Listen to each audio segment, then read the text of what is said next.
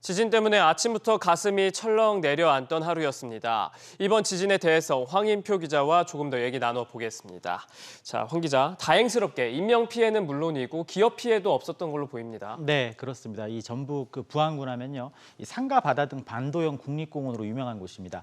부안 안에 대규모 공장 등 큰 산업시설이 없습니다. 이 새만금 방조제를 사이로 위쪽에 군산산업단지가 있는데요. 여기에 있는 현대중공업 조선소와 OCI 공장이 있는데 피해가 없는 것으로 전해졌습니다. 전주의 현대차 공장도 정상 운영 중입니다. 또 이 진앙지와 42km 거리에 있는 전남 영광의 한빛 원전도 정상 가동 중입니다. 이 부안에서 휴대폰 통화와 인터넷 등 통신도 정상 작동됐습니다.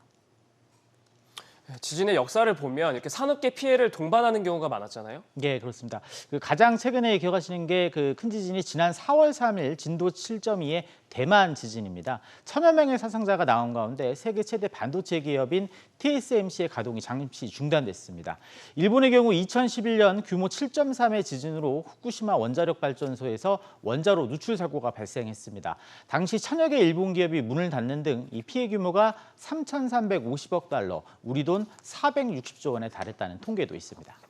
대만과 일본 모두 아시아인데 우리도 크게 안심할 수는 없을 것 같습니다. 네, 오늘 지진이 발생한 부안의 경우요, 서울에서 직선거리로 200km, 이 반도체 공장이 몰려있는 평택까지는 140km 정도 떨어져 있습니다. 서울에서도 진동을 느낀 분이 있다니까 이 지진 강도가 셌다면 사실상 우리나라 전역에 피해가 발생했을 겁니다. 앞서 지난 2016년 9월에 이 추석을 앞두고 경주에서 역대 최대 규모인 5.8의 지진이 발생했습니다. 부산 지하철 운행이 중단됐고 구미의 삼성전자와 LG 디스플레이 공장이 가동을 멈추기도 했습니다. 2017년 포항에선 규모 5.4의 역대 두 번째 강력한 지진이 발생했습니다. 다행히 이때도 인근 원자력 발전소와 포스코 포항제철소 등의 피해가 없었습니다.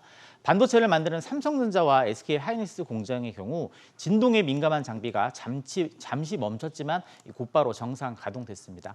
아직까지 산업계 피해는 없는 것으로 파악되지만 여진이 2, 3일간 이어질 것으로 예상되는 만큼 안심하긴 이를 것으로 보입니다.